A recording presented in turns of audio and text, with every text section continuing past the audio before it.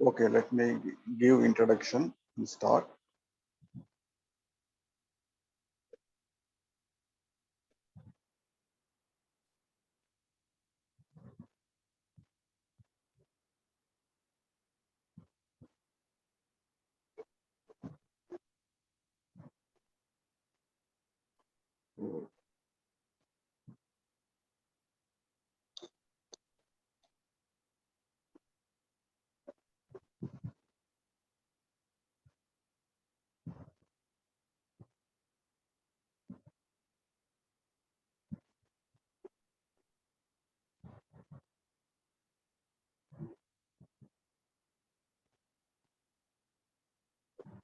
If yeah, if you had seen yesterday's video, then I can give a small recap. Otherwise, I have to detail it out. Uh, is there anyone who had not seen yesterday's video that has been published today morning? Um, No, sir. Venkatesan? Oh, yesterday Yes, was sir. Yeah. No, Venkatesan. yesterday I was not there. I was not there yesterday. Yeah, he was not there, but I'm asking whether you are able to see the recorded video. I didn't see it. Yeah, I didn't see it actually. Okay, Venkatesh, no problem. I'll just give a small recap. Uh, somebody else said that she has not listened, and Raj Segar has said no. Okay, then I will give a small recap.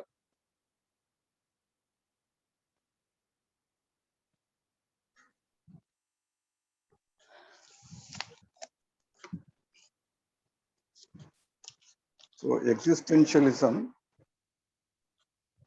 is a philosophy.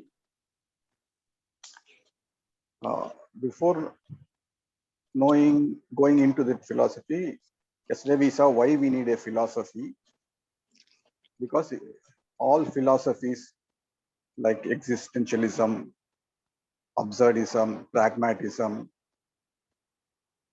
capitalism, communism, and Hinduism, Buddhism, and spirituality. So everything is trying to help man to give the idea about this world, because this world is very complex. It's it's uncomprehendable. So this philosophy tries to arrange so many complexities and tries to give a simple view to us. So that's what every philosophy, every religion, every master is trying to do.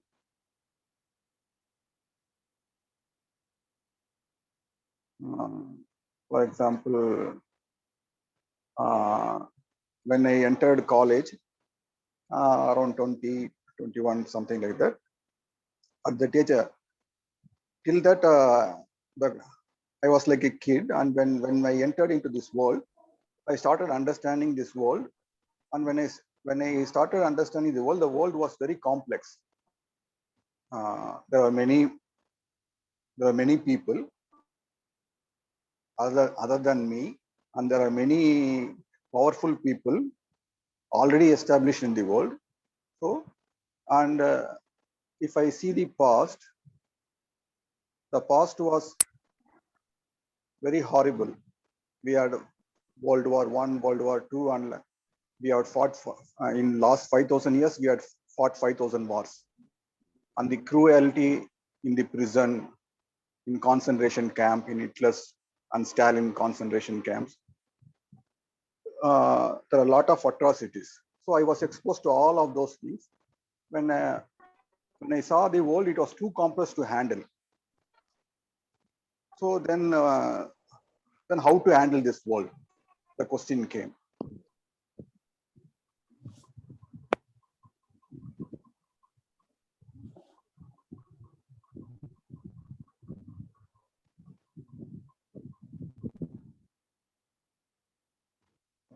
Okay, I admitted you. If you want to talk anything in between or you want any clarity, you can unmute yourself and talk to me.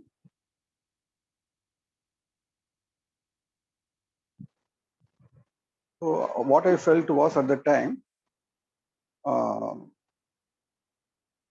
the world is running without any leader or any god or something like that, because there are so many things that are happening. that means that the world is not a rational place, something like that. So we need to take control of this happenings in the world, how to take care. Not only I have to take care, the something like what, it's like driving a car. I should learn not only how to drive a car safely, but I also should take care of other cars to drive safely so that they don't hit me. So then I have to take the whole thing into my account. So I thought God has, they had a theory called God created the world. But the things are so much happening that I thought God might have created the world, but he had gone somewhere else. Now the world is on in itself, it's running by itself. So I should take control of the cosmos. I should take care of the world, something like that. So that was the search into life, and then into spirituality, something happened. So similarly, there are many people who had similar thoughts, like philosophers like Kierkegaard, Heidegger, Jean-Paul Sartre. So they were the people at the 17th century and the 19th century. So they also felt the narration that all the philosophy, all the religion is focusing on God.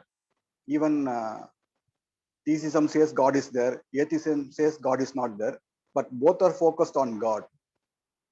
No one is interested in humanity, human being. So let us see the human being. What is his actual problem? What is his existence? What is his crisis? All those stuff. So that's what they have started looking into that. So while looking into that, they found that the human being has many crises. That yesterday we saw that what are, in detail, what are those crises. I will just sum it up now.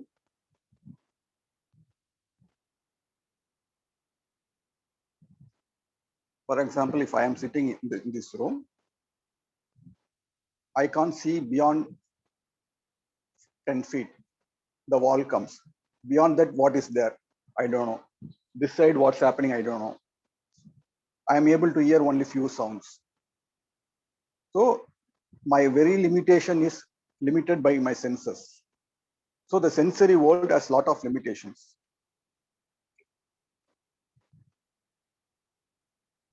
For example, if I am sitting here, the temperature has to be within plus or minus that 98 degrees centigrade, something like that.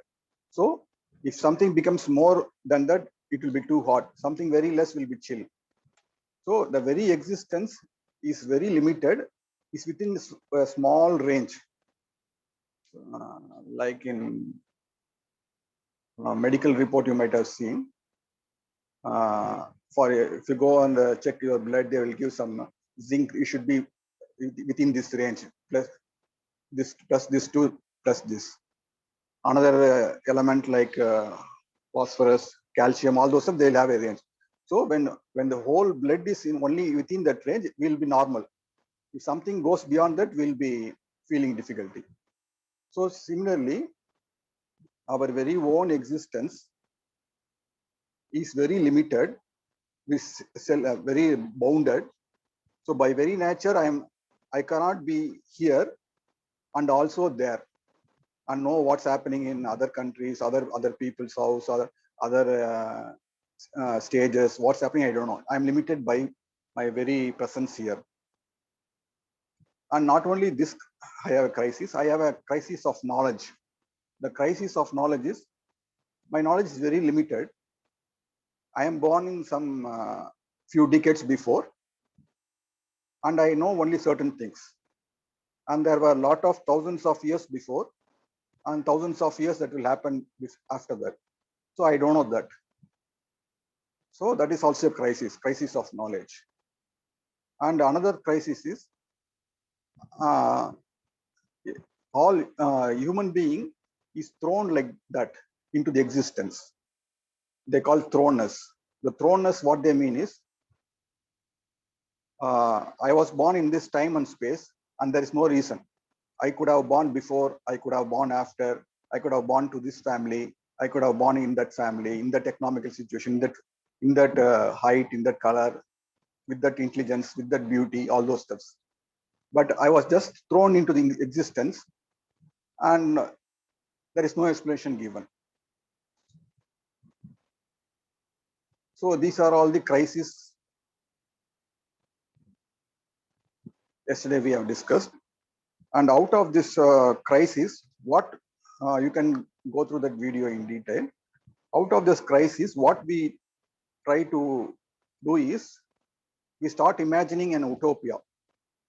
Crisis is something like a person caught into the dent, caught into a hole or pit.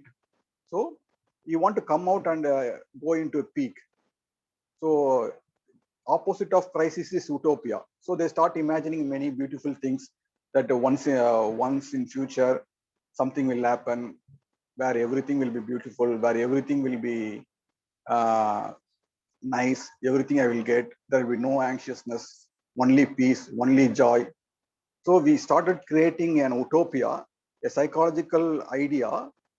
We take all the good things of here and start building an utopia and keep it in future and try to get into that utopia. This is what we are trying to do. So yesterday we saw crisis. Today we will see utopia. There are two elements in this philosophy, crisis and utopia. So yesterday we saw crisis. Today we will see utopia.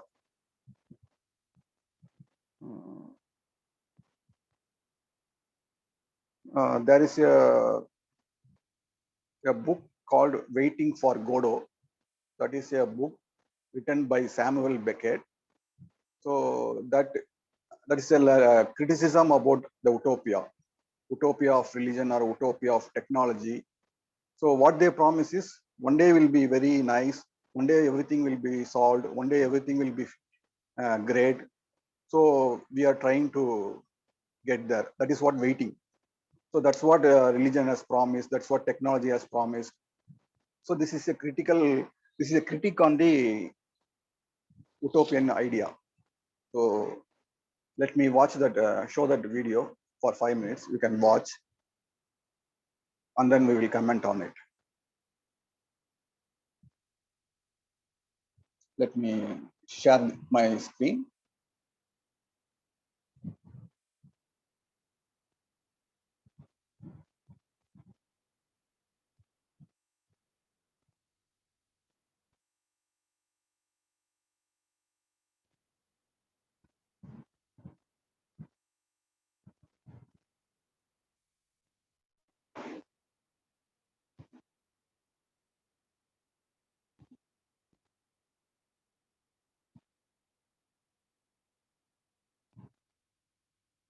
No. Shall I tell it to you? No. It'll pass the time. Two thieves crucified at the same time as our Savior. Our what? Our feet. Believed. Your horse. He wants of the Eiffel Tower. Oh.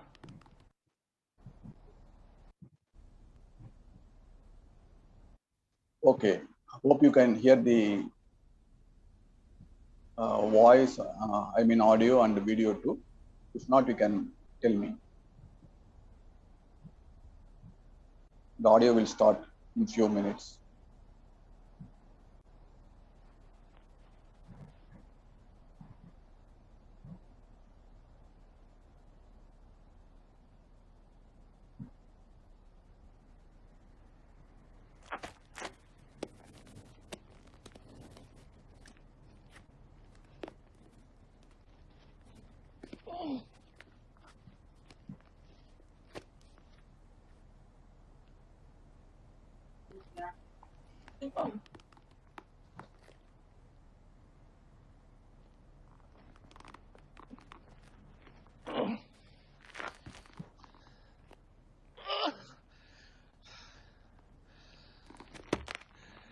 Nothing to be done.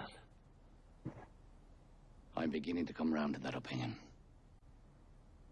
All my life I've tried to put it from me, saying, Vladimir, be reasonable. You haven't yet tried everything. And I resumed the struggle. So, there you are again. Am I? I'm glad to see you back. I thought you were gone forever. Me too. Together again at last. We'll have to celebrate this. But how? Get up till I embrace you. Not now, not now. May one inquire where His Highness spent the night? In a ditch. A ditch? Where? Over there. And they didn't beat you? Beat me. Certainly they beat me. The same lot as usual? The same, I don't know. When I think of it, all these years, but for me, where would you be? You'd be nothing more than a little heap of bones at the present minute, no doubt about it. What of it? That's too much for one man. On the other hand, what's the good of losing heart now? That's what I say. We should have thought of it 1,000,000 years ago, when the world was young. Stop blathering and help me off with this bloody thing. Hand in hand, from the top of the Eiffel Tower, among the first. We were presentable in those days. Now it's too late. They wouldn't even let us up. Oh, What are you doing? taking off my boot. Does that never happen to you? Boots must be taken off every day. I'm tired telling you that. Why don't you listen to me? Help me. It hurts. Hurts. He wants to know if it hurts. No one ever suffers but you. I don't count. I'd like to hear what you'd say if you had what I have. It hurts. Hurts. He wants to know if it hurts. You might button it all the same. True. Never neglect the little things of life. And what do you expect? You always wait until the last moment. The last moment. Hope deferred maketh the something sick. Who said that? Why don't you help me? Sometimes I feel it coming all the same. Then I go all queer. How shall I say? Relieved, and at the same time, appalled. Appalled. Funny?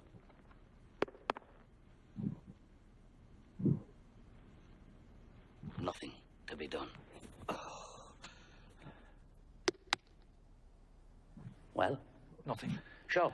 There's nothing to show. I'll try and put it on again. I'll air it for a bit. There's man all over for you, blaming on his boots the faults of his feet.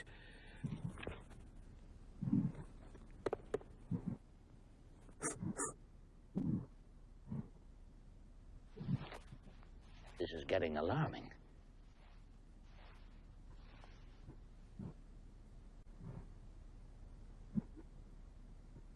One of the thieves was saved.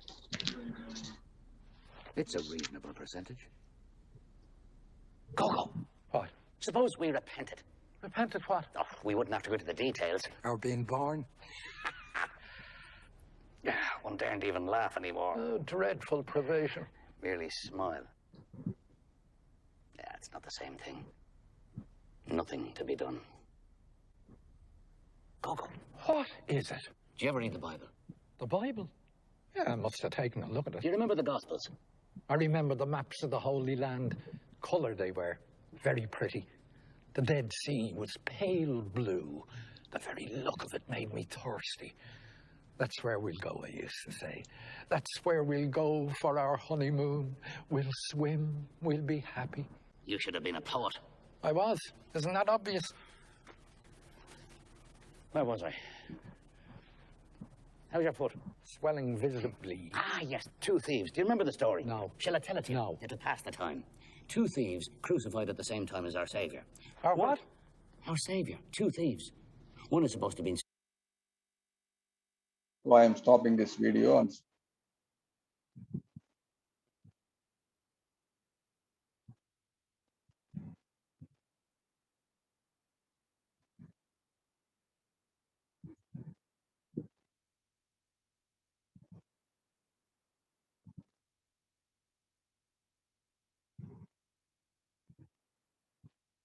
okay. So the movie, they have made a movie out of this book, and the movie goes like this: this 2 persons talking, and they are waiting for a Godot. So this Godot is a word. We can mean it as a god, or future, or idealism. So we are all waiting for something to happen in future. Even perfection. I will be fine in future. I will be perfect in future. The fulfillment will come in future. So the word Godot can be equated to anything. It can be God, or it can be perfection, or future, or whatever you can postponing it is. You can put it in the word Godot. So it is an analogy. So we can put any stuff into that movie and see what it is there. So it's a very classic literature. So the movie is around 2 hours. I showed only 5 minutes. There is a commentary about that movie. So we can look into that, and it will give an idea about the idea of utopia, why we are craving for utopia, and why utopia does not exist. So that's what we call no destination. Usually the mind puts everything into future and tries to reach there. This is how the mind works, cognitive mind works. And that's what we call utopia. So let me give the feedback about that movie and share it. Before that, if you want any questions to be asked, you can ask. Or let me go on, show the movie.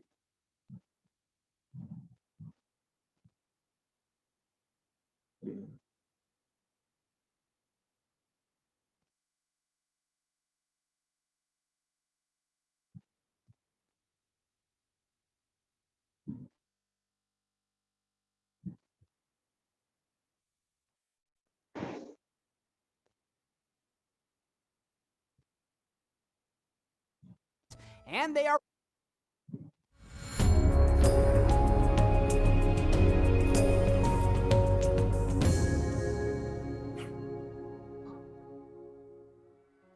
everything in this bizarre play is worth talking about, including the name.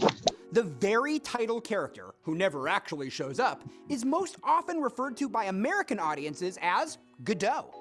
Audiences and critics in the UK, however, often say Goddo, emphasizing the god as if God is the very figure they're waiting for. Samuel Beckett, who lived in France and spoke fluent French, called him Godot. In French, the emphasis is on the last syllable. However you say the name, it's impossible to forget the legendary absurd play.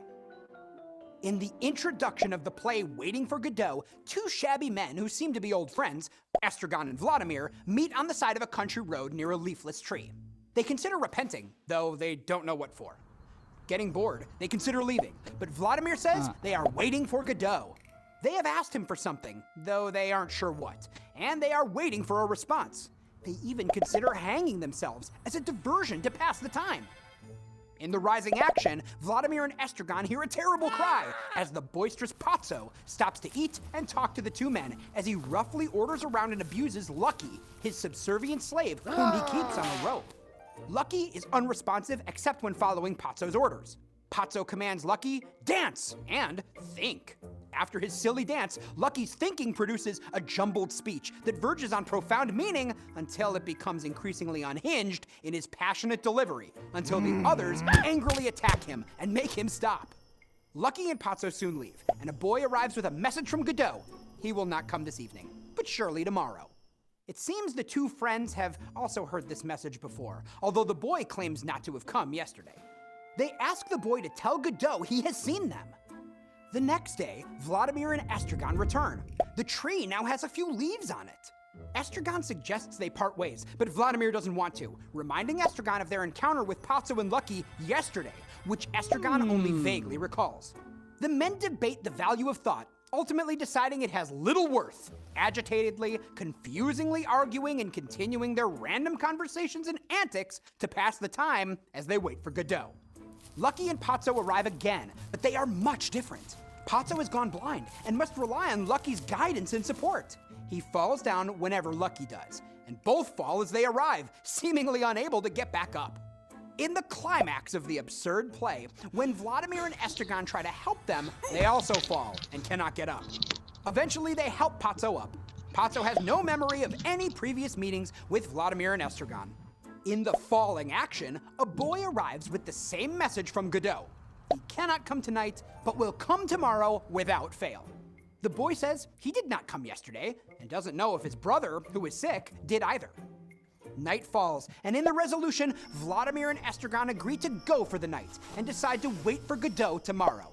Neither man moves.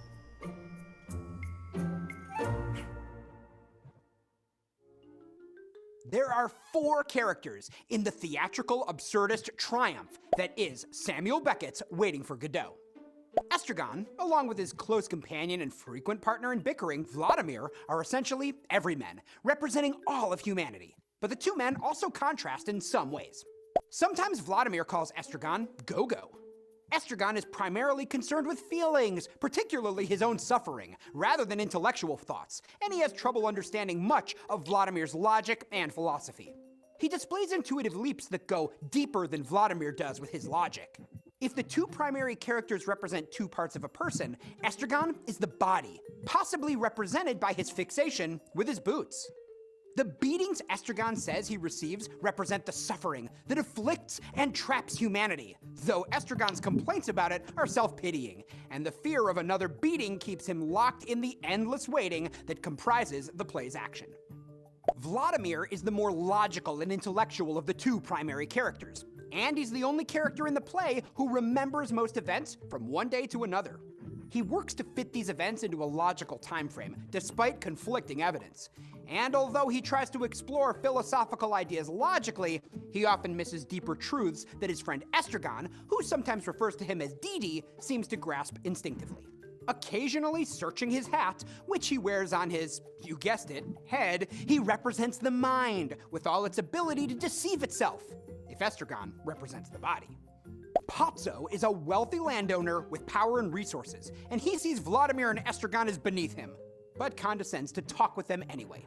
Mostly, he just likes the sound of his own voice. His concern with appearances and social conventions is ridiculous, pointing out their meaninglessness. Pozzo uses his power over his leashed slave Lucky to abuse him, but his power and resources are ultimately useless. They don't give his life meaning or protect him from misfortune, which shows up in the form of his becoming blind. Then, he must rely on Lucky, who was previously merely a convenience and used for entertainment, to help him navigate life, becoming a pitiful character in a single stroke of suddenly changed fate. Lucky, as Pozzo's slave, must constantly carry burdens that are not his own. His body is constrained, much like his free will, as he wears a rope around his neck that Pozzo holds onto like a leash as he whips him. This might be why he seems not even to consider leaving when Pozzo becomes blind, losing most of the power he had wielded over Lucky. But Lucky demonstrates some bizarre willpower during his long speech in Act 1, and he's upset by the prospect of Pozzo selling him, which suggests he may choose to willingly remain in his subservient role. There's a dependency between Lucky and Pozzo that seems related to, but isn't limited to, their inequality.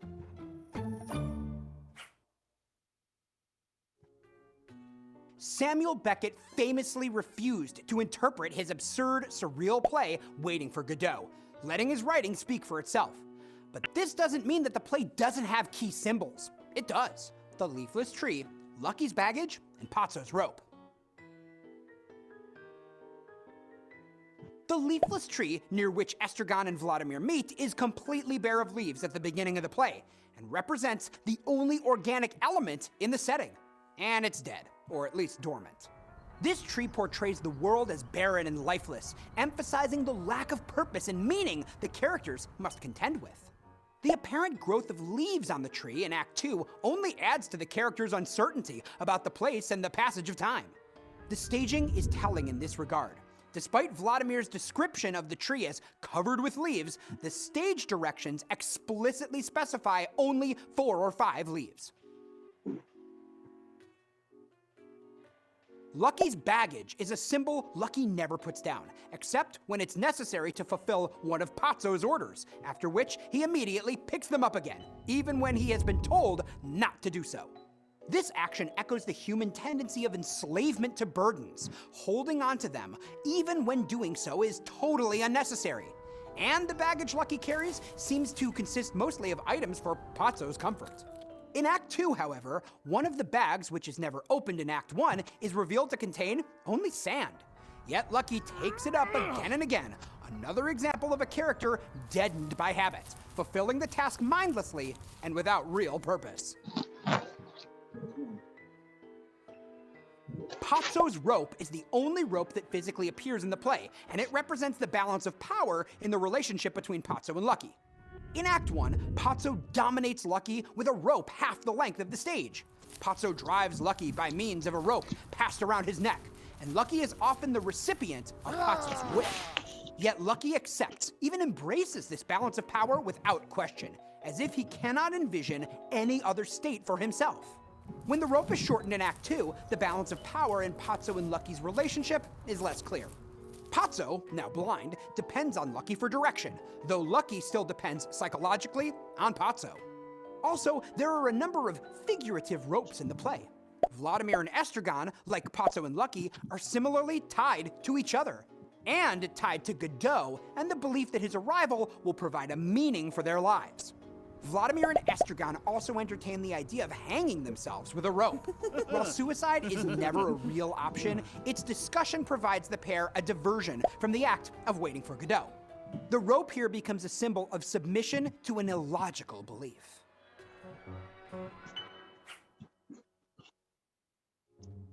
The main themes in Waiting for Godot, the absurdity of existence, the purposelessness of life, the folly of seeking meaning, and the uncertainty of time, represent larger truths about existence and the human condition. Indeed, one of the most noticeable features of the play is the utter absurdity of existence. Vladimir and Estragon dress shabbily, engage in physically often inept actions, and partake in clownish, nonsensical conversations. They absurdly wait endlessly for an unchanging situation to change when it is clear Godot will never come. Beckett's emphasis on the absurdity of human behavior shows both the tragic and comedic sides of the existential crisis. Though Vladimir and Estragon agree there is nothing to be done, they certainly seem to work frivolously hard to fill the time while they wait. The unavoidable conclusion is that human existence itself is absurd. None of the characters in Waiting for Godot has a meaningful purpose. Purposelessness of life is a key theme, illustrated by the fact that the titular Godot never arrives, rendering the waiting that comprises the entire play meaningless. Likewise, Pazzo and Lucky might seem to be traveling towards something, but their travels are ultimately shown to be equally purposeless. All the characters seem to be trapped in their purposeless roles by little more than habit, which Vladimir calls a great deadener. The idea that life has no purpose is a recurring theme in the theater of the absurd, which Waiting for Godot helped define. Similarly, there's the folly of seeking meaning. It's unclear who or what Godot represents, but by waiting for him, Vladimir and Estragon are seeking some type of meaning outside themselves. Early on, the men remember making a kind of prayer to Godot, expecting it to give them some kind of direction, and they decide it's safer to wait and see what Godot says rather than die by hanging themselves. But Godot never comes, representing the futility and folly of such a search for meaning in an inherently meaningless existence. Finally, there's the uncertainty of time. Time seems to pass normally during the period the characters are on stage, with predictable markers, like the sunset and moonrise, even though the characters are sometimes confused about it. But the intervals between the two acts and various events are wildly uncertain. At the beginning of Act 2, the growth of leaves on the tree suggests a longer period of time has passed than the one day. The characters seem to be trapped by time, endlessly repeating essentially the same day again and again in an absurd, dreamlike way. Time helps people organize their lives and memories. Thus, the uncertainty of time in the play contributes to the feeling of meaninglessness.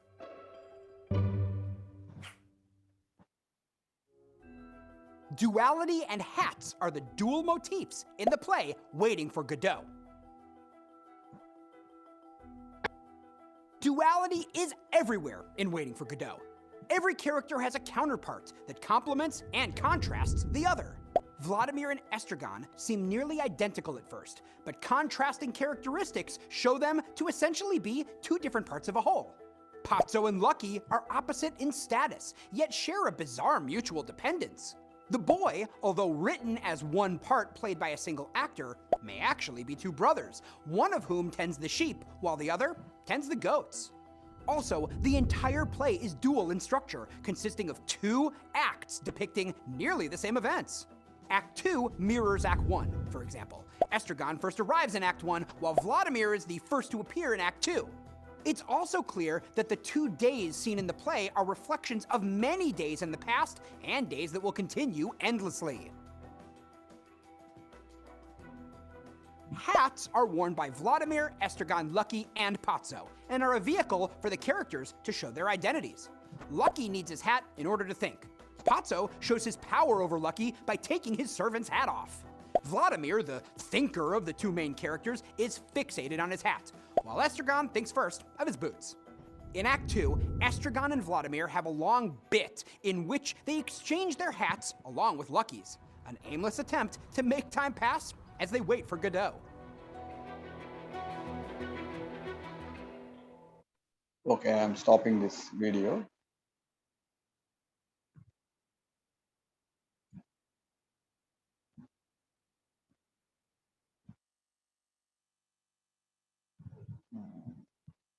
We saw the review of that book. So as it has been said there, for those 2 characteristics, we can take it as an emotion and intellect, or the conditioning of the human mind.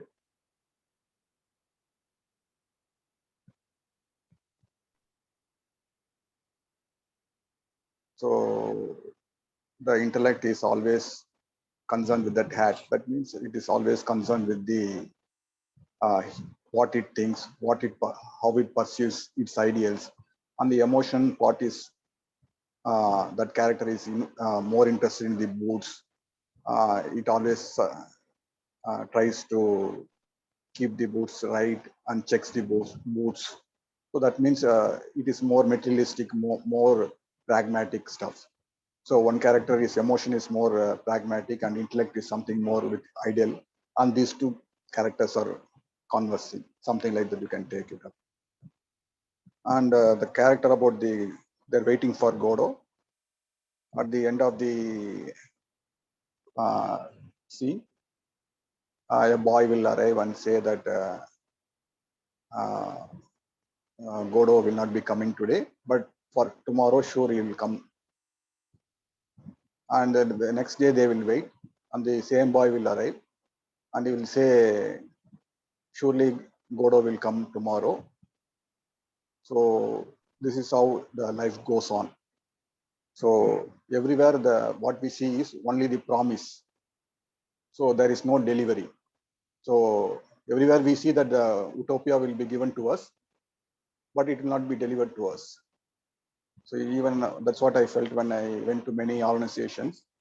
So they will ask us to do this one, that one. You have to sacrifice this. You have to do this. You have to get up at this time.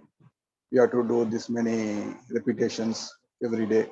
Everything that we will do, but end of the day, what they promise will not be getting. So everyone is interested in promising, but no one is able to deliver. It's not delivered not only to me, not either to the person who is telling us, or to the persons other people who have done that. So if you ask questions about where is the delivery, where is the utopia, they get offended, or they get disinterested. They are interested only in promising. So they're interested in only in waiting. So they are ready to wait, but they are not able to question the Godot, the utopia. So that's what it has been played out beautifully in that movie. So if you tell about your commands, your understanding, then we will discuss further. You can unmute yourself and start talking.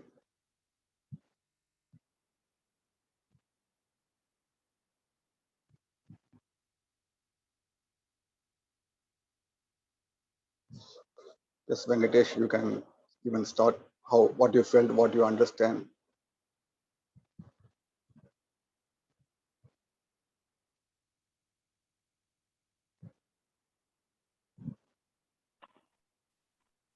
Venkatesan, you're able to hear me? You're able to unmute? Yeah, yes. Yeah, I can hear. So anything? Yeah, I saw the video. Mm-hmm. So actually, when I saw this one, we always expect. Actually, our life is always in the every moment. Actually, that moment is always new. But we put everything in the future. Actually, we try to put everything in future. But our attention, our awareness, everything needed in the present moment. Because our life is related with the physical life. So that is why I'm seeing that. That means expectation that we are pushing everything in the future and to be getting in the future. But actually, our attention, our action is always needed in the present moment, because without physical, now we are in the physical moment, so we need to be alert in the physical. Every moment is important, so our action must be in the present moment, not in the future moment. But our mind is always trying, and when we look at it very carefully, our action is always based on the future with the support of the past. That is the thing. Our movements are going like that only. That is a real factor. That is an undeniable factor. But this is not the correct way. That our action has always to be in the present moment with respect to present only. That is why I am getting from there, sir. Okay, Venkat. Thank you very much. Thank you. Thank you, Venkat.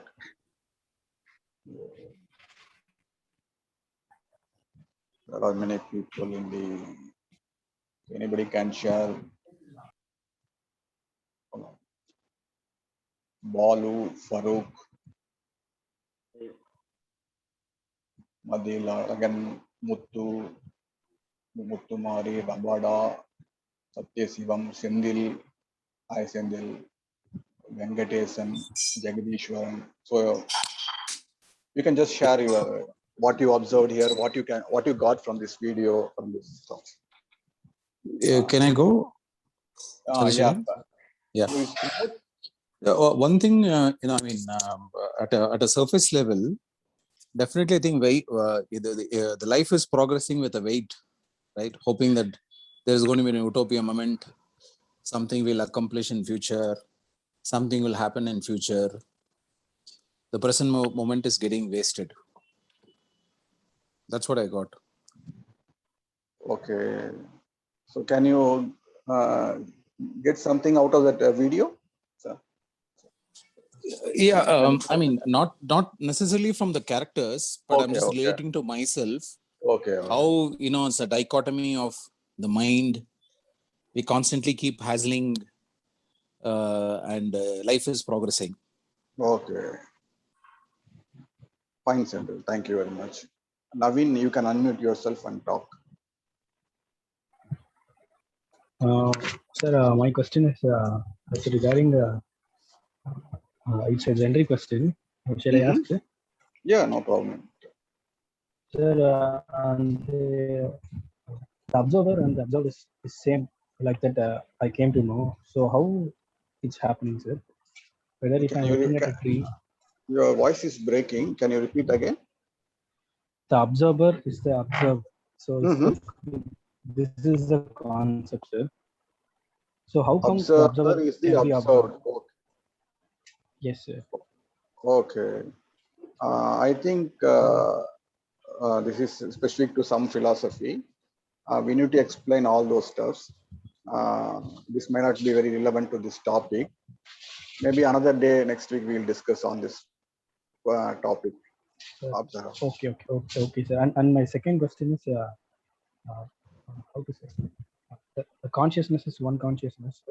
So like a theatric screen. So what are the things which are appears are situations. So according to the situations, the theater is same, but the things are changing. So yeah, so likewise, emotions also it's not like rigid. Your voice is breaking. Something you're talking about consciousness, and you're talking about emotions are changing, something like that. I am not able to get it. Can you repeat it again? Yes, sir. Our eye also will be like pravagam, sir. So there are no permanent thoughts and permanent emotions. So according to that one consciousness, this thoughts also changes and human beings also changes. And each and every time there is a not So there is no thing. It's called I. The I will be changes according to the observer and this observer. So how come this happens here? Actually, I can able to understand this concept, but I am trying to realize. Yeah, But realizing is a little bit difficult, sir. So this yeah, realization has to happen means that I has to be diluted, means it. So how to dilute this I? yeah. Again, this question is related to that observer observed, and the consciousness remains untouched by all these emotions. You are coming in that concept. This has to be discussed because this is a very big concept. Uh, Maybe if you come next week, we can discuss it separately in the beginning itself. It will take another 20 minutes, something like that. Or you can call me separately if possible. Okay, okay. So the thing is, I have to realize this. I can able to I can able to Your understand the voice is thing how it works, but yeah, while Naveen, coming to I'm this not getting. realization part, Yeah, realization part. can you? It's Your there voice is is something breaking. I'm lagging, not sir. able to hear properly. Now we can hear, sir. Yeah, just try speaking. So this is the thing, sir. In realization part, I can able to see some lagging, sir. I don't know where I am making the mistakes. Yeah, you So have this is attended the thing, IAS sir. Mugam, Jnana Mugam. No, sir. I've been consistently watching this videos. So by Okay, these videos, I'll be you know taking you notes. you can understand Tamil. தெரியும்.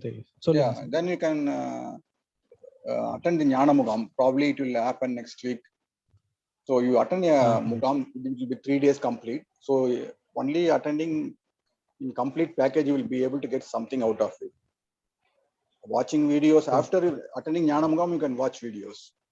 So my best advice is you attend Jnana Mugam and watch videos. And still, if you have any questions, we will discuss in next meeting. Sir, okay, sir. Okay, sure. Thank you Okay, for Naveen. giving me this opportunity. Thank you, Naveen. Thank you very much.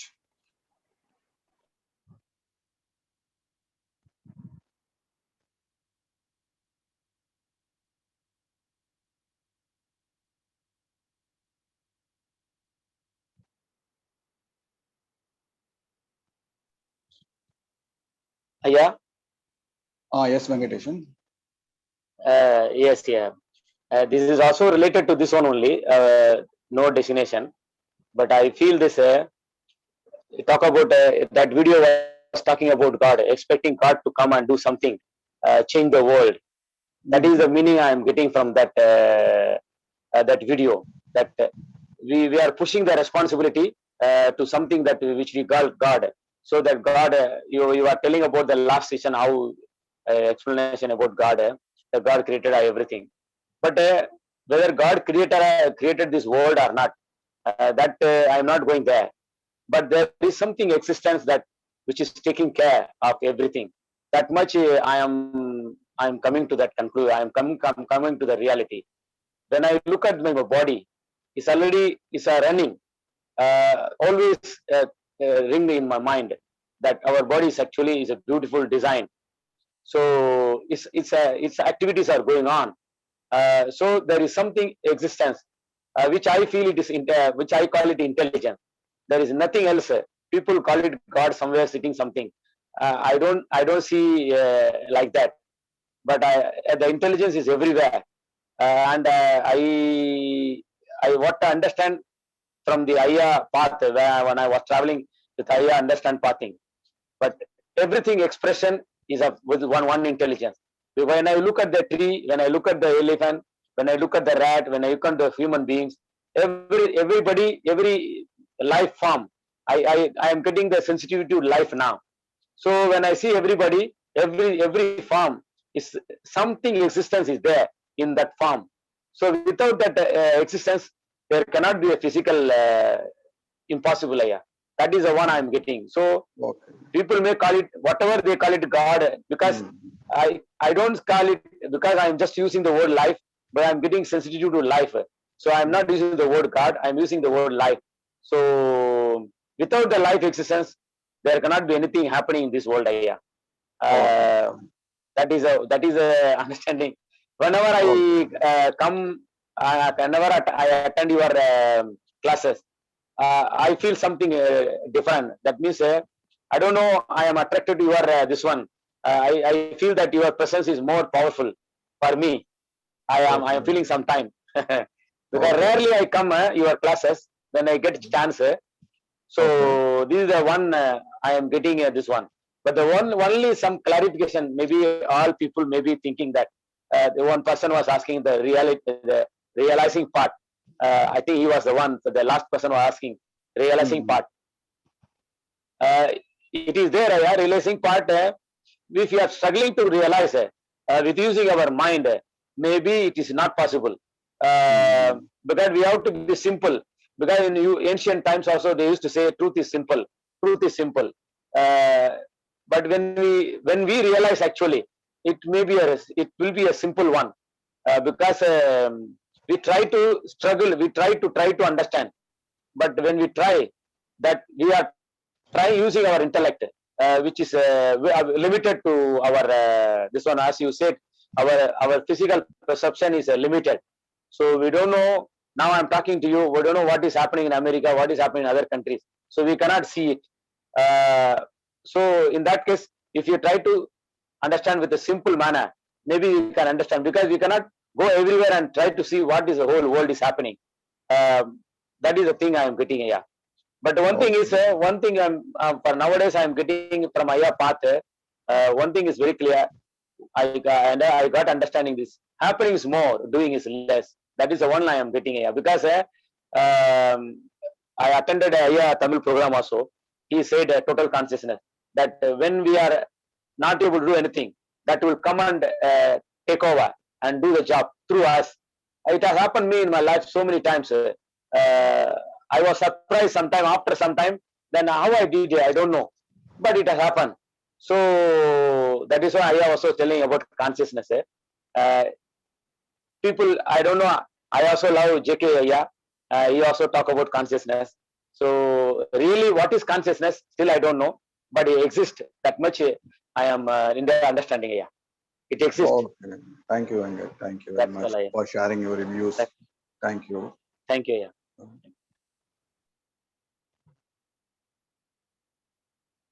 So anybody is interested to share their views or any questions? Okay. Let me conclude then. We have 5 to 10 minutes. Can I say something, Chandrasekar? This is Pramod. Yes, Pramod, you can continue. Tell me if my voice is not clear, then I'll change my headset. Okay. Basically, what came to, I mean, of course, that is what you told also, that most of the teachings of gurus, they have a method to achieve something. For example, you go to, and I don't want to name people, also kind of people, you go any schools of thoughts, they have a method, and the method actually is promising a benefit, a fruit, which we can call it as utopia in Samuel Beckett's, definition, right? It is 100% true that most of the gurus promise a utopian land, enlightenment or a liberation, by following his teachings through a process. So if you do this, you will get that. If you do this, you will get that. Because I am experienced in many paths, as you were saying, I also went into many people, read books and all that. So a little bit pride was there in the beginning, and I was able to see something, but it is all utopia. Now I understand these are all promised lands only. Those masters are enlightened, but I really doubt about the followers or the followings. Okay, so after a few years, we get not attracted to that path, and go to, so search was going on and going on. What was close to my understanding was a choiceless awareness by JK, but still, there is something lacking. There was a guru, and then there were followers. So even JK, when he said choiceless awareness, even then there was a one-up position. He was enlightened masters and other people were following. And I'm really not sure, the followers were actually, becoming that. But there's nothing called becoming. How will you become something when you are already that? And it's like wave is trying to become an ocean, or fish is searching for water. You're already liberated, but you're trying to liberate again, which you are already are. So until I came to, come to Sri Bhagavad Aya's teachings and the fraternity's acquaintance, I could really see there is no work here actually, and whereas all the other teachings are doing some work. So I could relate to what you said after the video, and also I could look at, how the effort was looking for effortlessness later, versus now Aya's thought of, Aya's path of, there's no effort at all, you are already liberated. All you need to do is understand that, so actually, I'm just talking about my understanding and my view that came into my mind seeing the video, and after that you explained also. So this is what I wanted to share. Okay. Thank you, Pramod. Thank you for sharing. It was beautiful to hear. Okay. And let me conclude in few minutes. And if you have any questions after that, we can discuss. So we talked two essential elements of existentialism, that is crisis and utopia. Yesterday we saw about crisis. Today we saw about utopia. So how it is related to pravagam. So as you might have heard, Bhagavad Gita, there's a book name called There is no home to search for. In Tamil, they call it as Tedi Poga Vidi Illai. So that means there is no promised land to search for. There is no destination. There is no utopia or heaven where we can go and reside permanently, peacefully, forever. So that's what he states. So in a different terms. So he also smashes the utopia concept, the idea of utopia, the idea of future promising land, all those stuff. So once the mind is away or smashed the idea of utopia, it automatically falls into this world, this current situation, the present moment, or whatever you call it. The hankering for something to happen in the future beautifully has been demolished. Then the mind doesn't have any force or doesn't have any intention to hang over there. That energy falls into this world, this people, this situation, everything. So that happens beautifully once we smash that utopia. So that's what in Pravagam Aya demolishes utopia by saying that there's nothing to attain. That is, there is no utopia. So that's what it in Pravagam we address the same thing in different terminology. And this is regarding utopia. And the other part is crisis. So the crisis, how we handle is, the crisis is a very norm of the life. That's what the human existence is. So we don't try to change the crisis and create one more crisis. So the crisis is there, anxiousness is there. So if you try to change that anxiousness, then we fall into double anxiousness. So there we voluntarily give up our freedom. That's what he says when you don't fight with your emotion, accept your emotion, flow with your emotion. What we mean is, that's a natural phenomena. The crisis is a natural phenomena, and our mind reaction to that natural phenomena is also natural. So there is no need to address that. So there is a choice element in given to us. We give up the choice. So by giving up the choice, we get freedom of not handling those stuffs. So in Pravagam, we handle crisis and utopia in different terminologies. And Bhagavad Gita stated that beautifully. how to smash the utopia and how to take our emotions naturally, lightly, and give up the choice of fighting with the emotions. So this is how I saw that beautiful philosophy of existentialism and pravagam beautifully matches. Thank you. Thank you, everyone. So if you have questions on this topic, we will discuss for 5 to 10 minutes. Or if you want to share any stuff, you can raise your hand or you can unmute yourself and talk.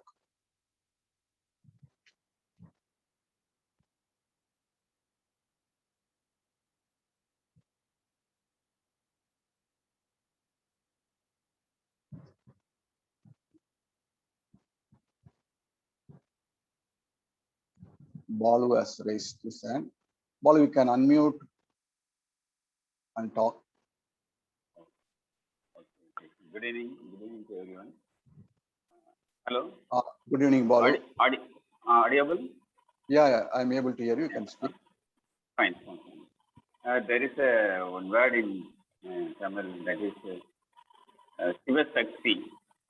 So Shiva means keeping idle quiet. Sakti means is working. So for inner world we have to keep quiet. So for the project, that is for the external world, we have to work. That is Shakti, that is energy. So actually, from our childhood, what we thought is, you do this one, you will get this one. You do this.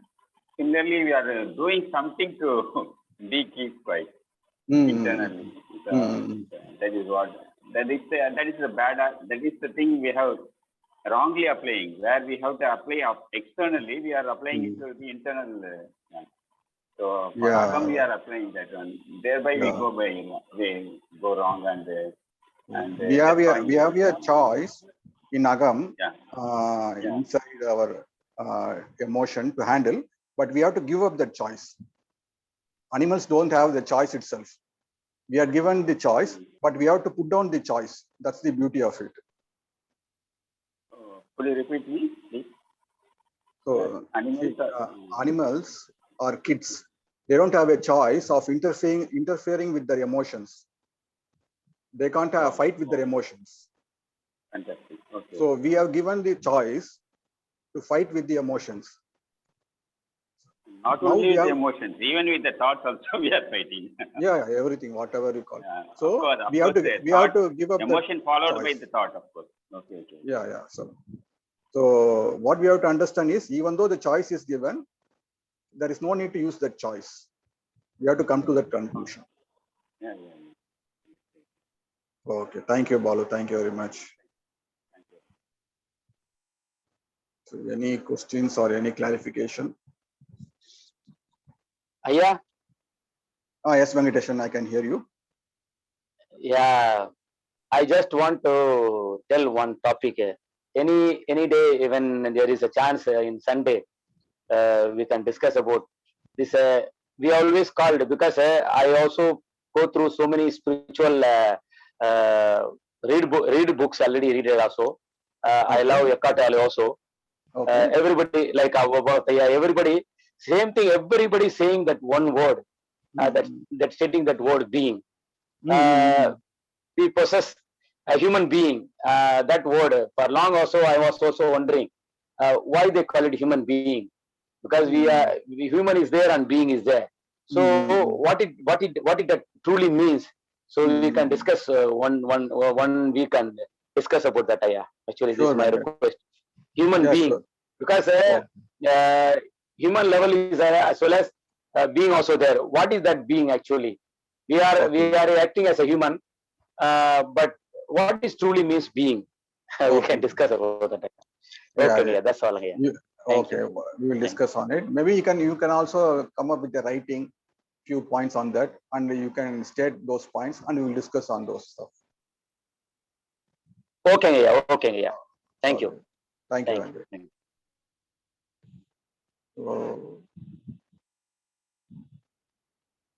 yeah, Jagadishwaran has asked whether Saturday, Sunday session, English session will be continuing. Yeah, we will try to do every Saturday and Sunday around 7 p.m. So we will inform by Thursday or Friday exactly what timing we'll be doing on Saturday and Sunday. Almost about 6:30 or 7 or 7:30, something like that. But we will try to have every week. That's what we are planning. And you people are also interested. So we are also interested in sharing these ideas with you. So Naveen, Sendil, Pramod, Vengat, Muthu, anybody else want to share your views?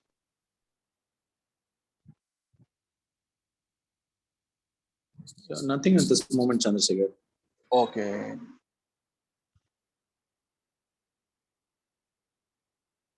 So what will be the topic for next week, Chandrasekar? Right now, nothing in my mind. Probably something related to this philosophy or neuroscience, something like that. I'm thinking, because this weekend we covered philosophy yesterday and today. Maybe some related to neuroscience and pravagam, something like that. We will try. Okay, sure. Thank you. Thank you, Chandrasekar. Or if you have any suggestions, you can give. No, not at this moment. I think we started off with really two important topics. Nothing specifically. Let's see. I mean, this struggle is a good way to start with. Let's see how it evolves. Okay.